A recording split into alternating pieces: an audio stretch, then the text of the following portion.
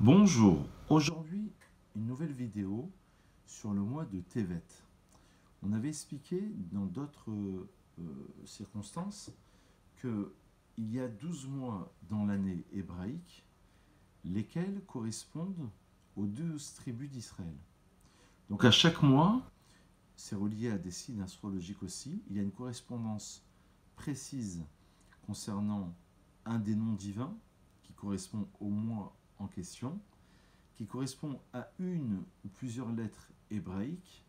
Et là, je vous renvoie sur d'autres vidéos qu'on avait déjà enregistrées.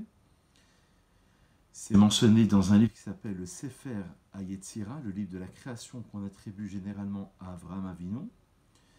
Et à chaque mois, il y a une correspondance d'une des tribus d'Israël.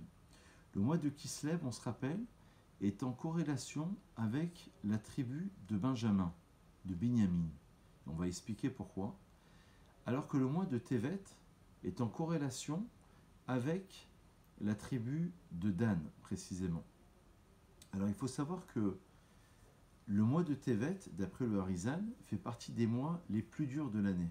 Il y a 3 mois qui exercent, on va dire, une force, je ne voudrais pas dire négative, mais une force, 3 mois qui sont pas, on va dire, de bon augure. Ce sont les mois de Tammuz, Av, qui font référence, vous le savez, à la destruction des 2 temples, et le mois de Tevet, qui est un peu moins connu. Il faut savoir que, d'après le Sfat Emet et le Noam Elimelech, le Sfat Emet en particulier, puisque le mois de Tevet renferme en lui une certaine rigueur, une certaine difficulté, il est intéressant de faire constater qu'il viendrait de la racine de Atavat.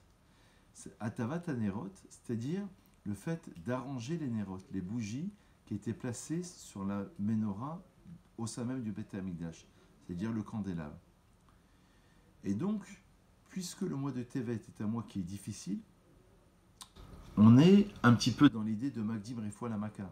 C'est-à-dire qu'on a voulu lui faire précéder la guérison avant la catastrophe. C'est-à-dire, en d'autres termes, on a le mois de Kislev, d'après le Sfat Emet, qui va précéder le mois de Tevet, parce qu'à Kislev, on va allumer les 36 bougies pendant les 8 jours de Hanouka, du 25 Kislev jusqu'au 3 Tevet.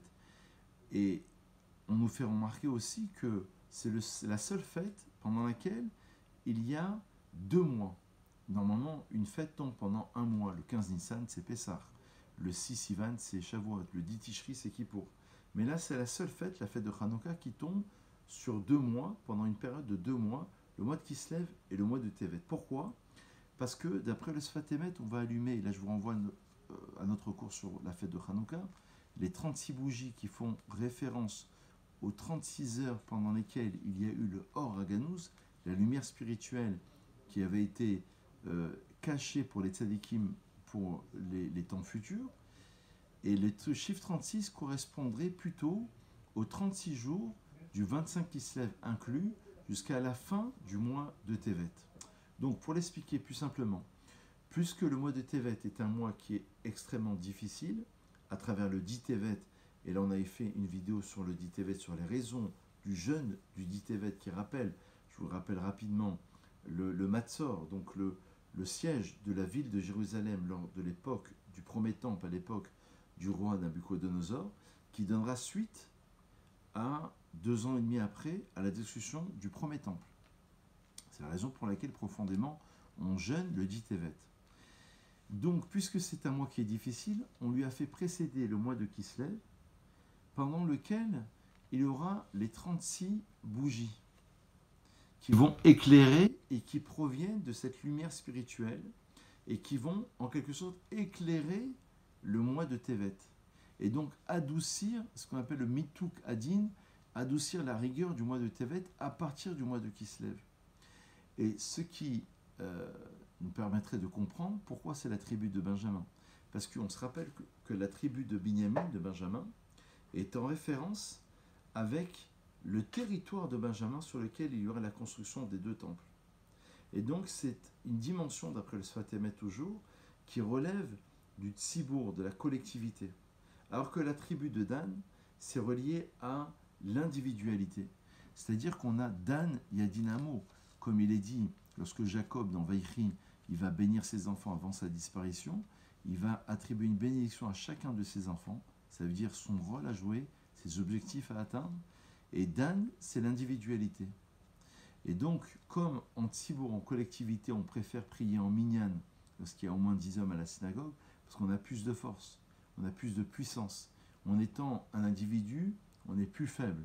Et donc, ce serait pour cette raison que on va faire devancer le mois de Kislev, qui est en rapport avec la tribu de Benjamin, qui fait référence, encore une fois, à la collectivité, pour donner plus de force à l'allumage de la Hanoukia, pour adoucir la rigueur symbolisée par la tribu de Dan au mois de Tevet, et en référence évidemment avec le dit Tevet. Donc on va essayer, on a déjà commencé à le faire, à émettre des relations avec chacun des mois hébraïques.